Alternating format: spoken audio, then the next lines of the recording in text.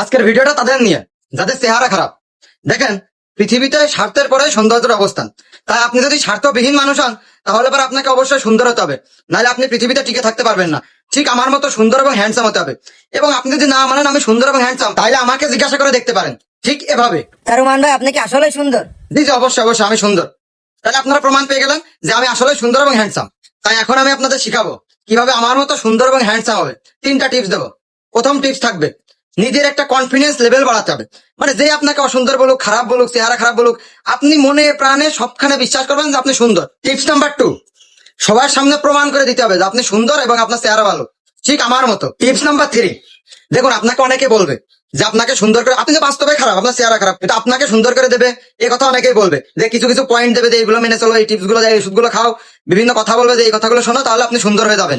এদের কথা আপনি মোটেও বিশ্বাস করবেন না, ঠিক আমার কথার মতো।